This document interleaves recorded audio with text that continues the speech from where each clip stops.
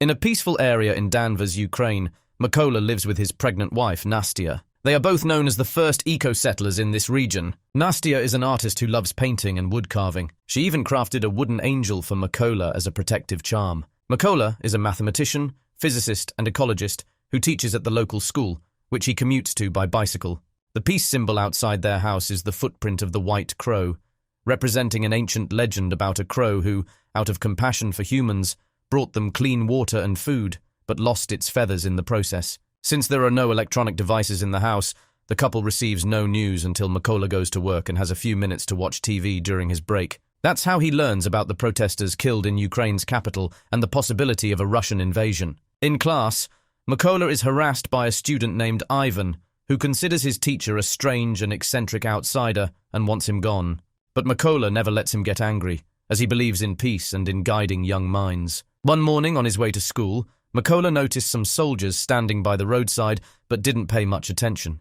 When he arrived at school, he was shocked to find it deserted, and the TV quickly revealed the reason: Russia had invaded Ukraine. Remembering the soldiers he had seen, Mykola grew worried about his wife and hurried back home, but it was already too late.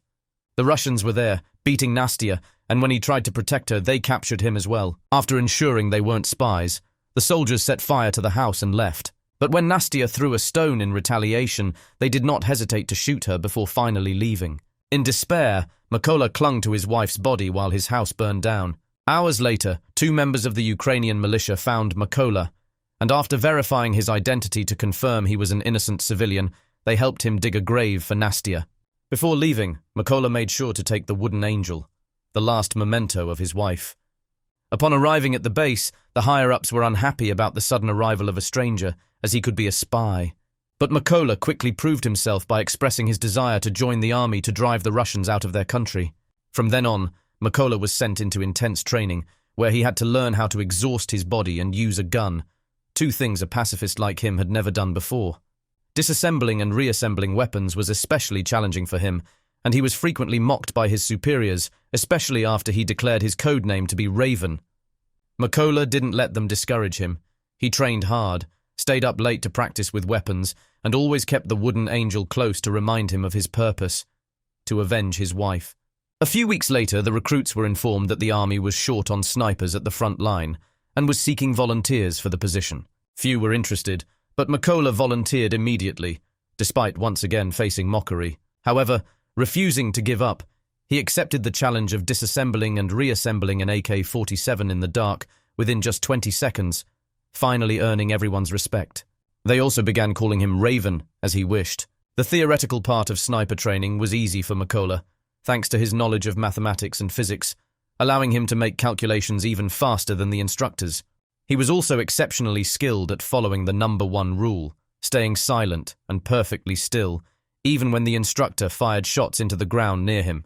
However, he struggled with the practical shooting exercises, as he was assigned a different weapon from everyone else, one unsuitable for sniper work in wartime. Each time Mykola brought this up, he was simply told to handle it himself. Once again, Mykola didn't give up and planned to prove his ability.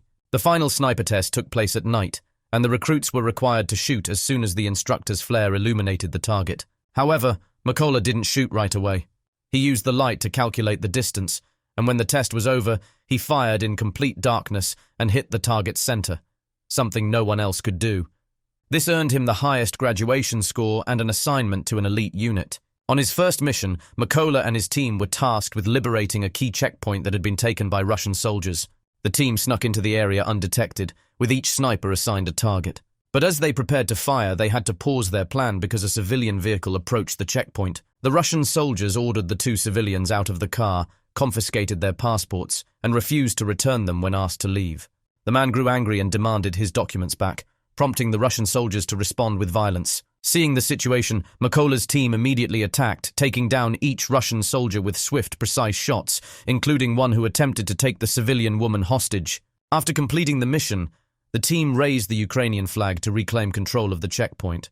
Upon returning to base, Mykola learned that his fellow recruits had departed on another mission, so he used his free time to visit the school where he used to work.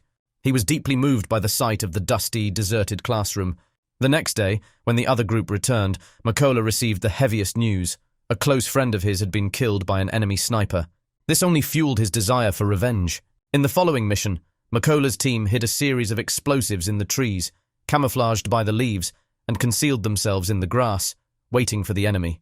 When the Russian soldiers appeared in the forest, as expected, Makola hesitated to fire upon seeing something unbelievable. Ivan, his former student, had joined the Russian army and was approaching with the enemy troops.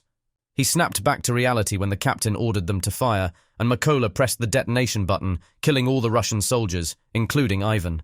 When the captain asked about it and heard Makola's explanation, he replied that Ivan had made his own choice.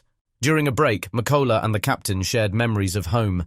The captain carried a family photo and explained that he and his wife had agreed not to tell their children about his work, letting them believe he was simply on a business trip.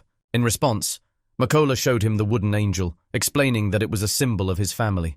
A few days later, Ukrainian forces successfully secured the trenches near the border, and their sniper team took position, waiting for the Russian soldiers preparing to enter the area. Always keeping the wooden angel close, Makola prepared for the mission, but lost his usual calm when he spotted the man who had killed his wife among the approaching Russian soldiers.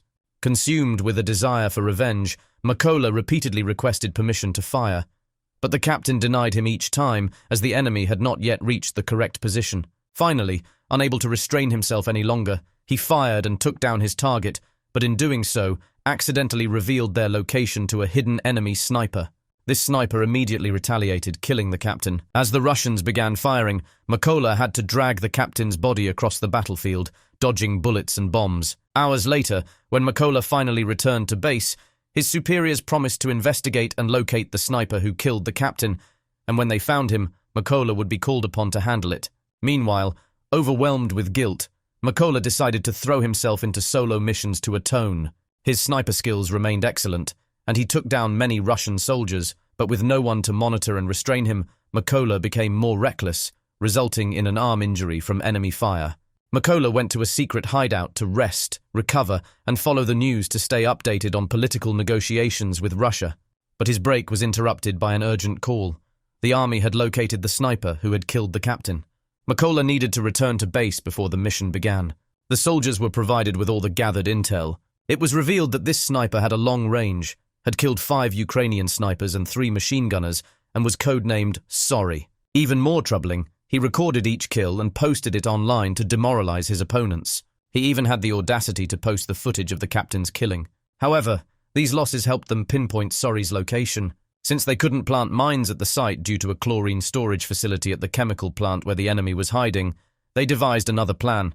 The snipers would eliminate lower-ranking soldiers to clear a path for Makola to sneak in and confront Sorry. As the mission began, Ukrainian snipers took their positions, waiting for Makola to crawl across the field and enter the building. The first soldier he encountered was the one who had attacked his home before, who still remembered Makola and remarked that he should have killed him the first time.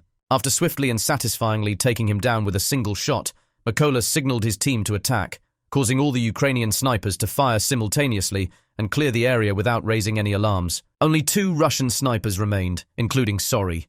They didn't sense anything was wrong until they stopped receiving communication signals and went to check, discovering all their comrades were dead. Seizing this opportunity, Makola moved deeper into the building undetected. Ori called for backup and instructed the remaining sniper to stand guard before returning to his position, where he suddenly spotted a small wooden angel. At that moment, Makola appeared, lunging at Sorry and killing him with a knife, while the other Russian sniper was hit by a grenade set as a trap. Shortly after, the backup force Sorry had called arrived.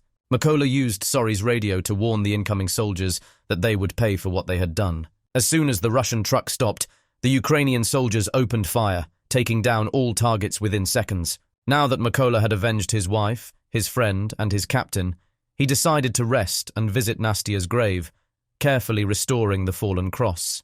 Though he missed home dearly, he knew he couldn't stay, as there was still much to do for his country. Soon after, he set out on another solo mission, ready to take down more Russian soldiers if necessary. Remember to subscribe and turn on notifications to see more videos like this. Thanks for watching!